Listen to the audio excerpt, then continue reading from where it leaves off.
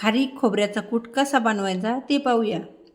मी ही खारीक पूर्ण फोडून घेतलेली आहे आणि त्याचे बी काढलेले आहे आणि खोबऱ्याचे पण काप केलेले आहेत। गावरान तूप घेतलेलं आहे, काजू, बदाम आणि गूळ फोडून घेतलेला आहे, बारीक केलेला आहे। खारीक आणि खोबरं हे कुटून घ्यायचं आणि काजू बदाम पण मिक्सरमध्ये बारीक करून घ्यायचे। हे पहा, हे कुटून घेतलेले आहे बारीक। काजू बदामसुद्धा मी मिक्सरमध्ये हे एकदम बारीक केलेले शेंगदाण्याचा कूट कसा बनवतो तसा बनवलेला आहे। कढई गरम झालेली आहे, त्याच्यामध्ये तूप टाकून घ्यायचं।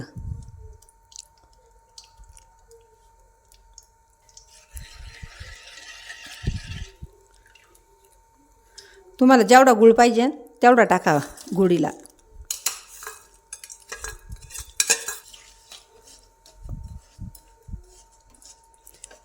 गॅस बंद करायचा आणि हा गूळ आहे ना ह्या तुपामध्ये पूर्ण वितळून घ्यायचा।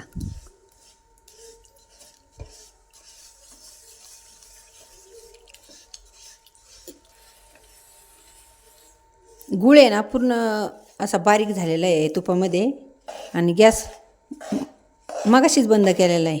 तूप जास्त पण नाही गरम करायचं। हे जे कुटून घेतलेलं आहे ना हे याच्यामध्ये टाकून घ्यायचं।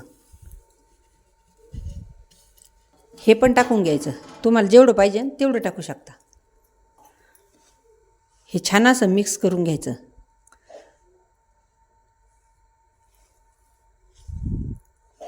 हे खारी खोबऱ्याचं कूट आहे ना त्याच्यात काजू बदाम तूप आणि हे गूळ हे सगळं मिश्रण एकत्र झालं पाहिजे छान। हे जसं मुरण ना तसं छान लागतं ते खायला, चवच वेगळी लागते। आपण याच्यामध्ये साखरेचा वापर केलेला नाही आहे। गूळ हा शरीराला पौष्टिक आहे।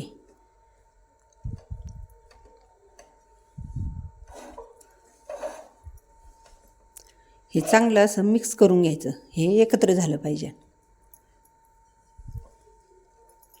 आता सध्या थंडीचे दिवस येतं,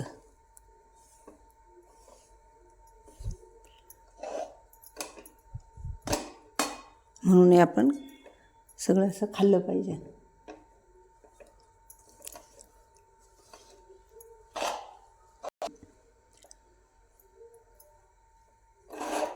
हे गरोदर बाईसाठी किंवा सगळ्यांसाठीच हे खूप छान आहे तब्येतीला। याचा वापर आपण केला पाहिजे वेगळ्या पद्धतीने।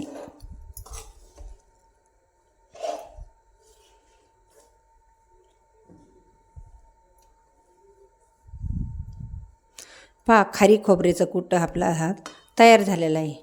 खारी खोबऱ्याचा कूट आपला तयार आहे। तुम्ही नक्की करून पहा। आवडल्यास शेअर आणि लाईक करायला विसरू नका।